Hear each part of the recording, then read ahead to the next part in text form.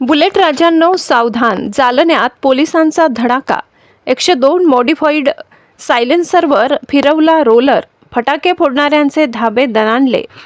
रस्त्यावरून जाताना अचानक मागून फटाक्यासारख्या कानठड्या बसवणारा आवाज येतो आणि आपण दचकतो. हा अनुभव तुम्हा आम्हा सगळ्यांनाच कधी ना कधी आला असेल. बुलेट गाड्यांचे सायलेन्सर बदलून शहरात दादागिरी स्टाईलने फिरणाऱ्या आणि ध्वनी प्रदूषण करणाऱ्या तथाकथित बुलेट राजांना जालना पोलिसांनी आता चांगलाच धडा शिकवला आहे. जालना वाहतूक पोलिसांनी एक अशी सिंघम स्टाईल कारवाई केली आहे, ज्याची चर्चा आता संपूर्ण महाराष्ट्रात सुरू आहे. पोलिसांनी जप्त केलेल्या तब्बल 102 मॉडिफाईड सायलेन्सरवर थेट रस्त्यावर रोलर फिरवून त्यांचा चक्काचूर केलाय.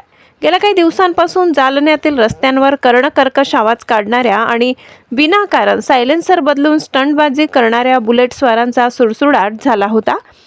या सायलेन्सरच्या आवाजामुळे रस्त्यावरून चालणारे नागरिक, लहान मुले, वृद्ध आणि विशेषतः रुग्णांना नाहक मनस्ताप सहन करावा लागत होता. अनेक नागरिक या त्रासाला वैतागले होते. याचीच गंभीर दखल घेत जालना वाहतूक विभागाने शहरात एक विशेष धडक मोहीम हाती घेतली.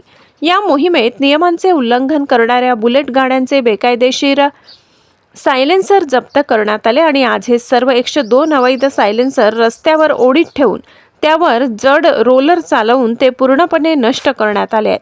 या धडक कारवाईनंतर जालना पोलिसांनी बुलेट गँगला थेट आणि कडक इशारा दिला आहे. पोलिसांच्या मते हा तर फक्त ट्रेलर आहे, पिक्चर अजून बाकी आहे. शहरात शांतता भंग करणाऱ्यांची गय केली जाणार नाही. बुलेट गाड्यांचे सायलेन्सर बदलून फटाके फोडणे किंवा रस्त्यावर दादागिरी करणे आता थेट खिशाला आणि कायदेशीररित्या महाग पडणार आहे. पोलिसांच्या या सिंघम स्टाईल धडाक्यामुळे जालन्यातील टवाळखोर आणि स्टंटबाजांचे धाबे दणाणले आहेत. दुसरीकडे सर्वसामान्य जालनाकरांनी मात्र पोलिसांच्या धडक कारवाईचे स्वागत केले असून पोलिसांवर कौतुकाचा वर्षाव होत आहे.